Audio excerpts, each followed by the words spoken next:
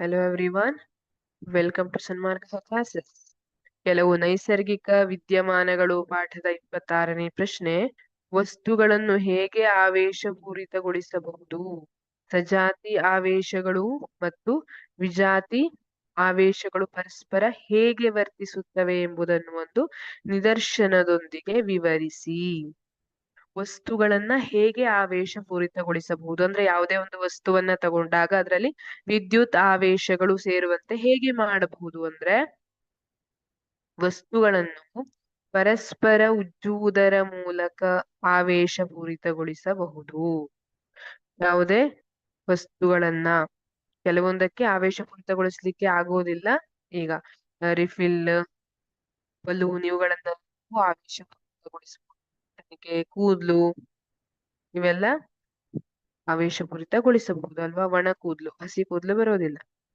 ಇಲ್ಲಿ ಸಜಾತಿ ಆವೇಶಗಳು ಒಂದನ್ನೊಂದು ವಿಕರ್ಷಿಸುತ್ತವೆ. ಸಜಾತಿ ಆವೇಶಗಳು ಮತ್ತು ವಿಜಾತಿ ಆವೇಶಗಳು ಪರಸ್ಪರ ಹೇಗೆ ವರ್ತಿಸುತ್ತವೆ ಅಂತ ಕೇಳಿದ್ದಾರೆ.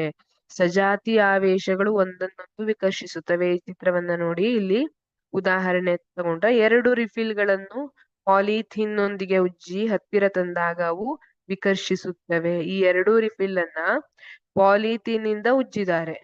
ಇದ್ರ ಮೇಲೆ 2 ಮೇಲೂ ಮೈನಸ್ ಚಾರ್ಜ್, ಋಣಾವೇಶ ಬಂದಿದೆ. ಹಾಗಾಗಿ ಅವೆರಡು ಒಂದಕ್ಕೊಂದು ವಿಕರ್ಷಿಸುತ್ತಾ ಇವೆ.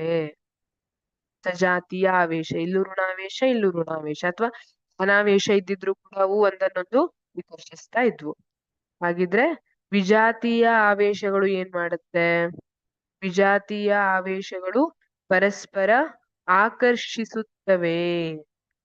ವಿಜಾತೀಯ ಆವೇಶಗಳು ಆಕರ್ಷಿಸುತ್ತವೆ. ಉದಾಹರಣೆ, ಗಾಜಿನ ಲೋಟದಲ್ಲಿರಿಸಿದ ಒಂದು ಉಜ್ಜಿ ಆವೇಶಪೂರಿತಗೊಳಿಸಿದ ರಿಫಿಲ್ನ ಬಳಿ ಊದಿದ ಬಲೂನ್ ಅನ್ನು ತಂದಾಗ ಅವು ಆಕರ್ಷಿಸುತ್ತವೆ.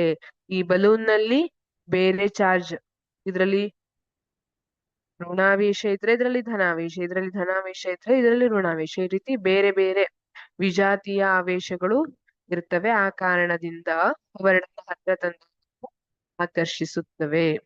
ಈ ನಿದರ್ಶನದ ಮೂಲಕ ನಾವನ್ನ ಪ್ರೂವ್ ಮಾಡಬಹುದು.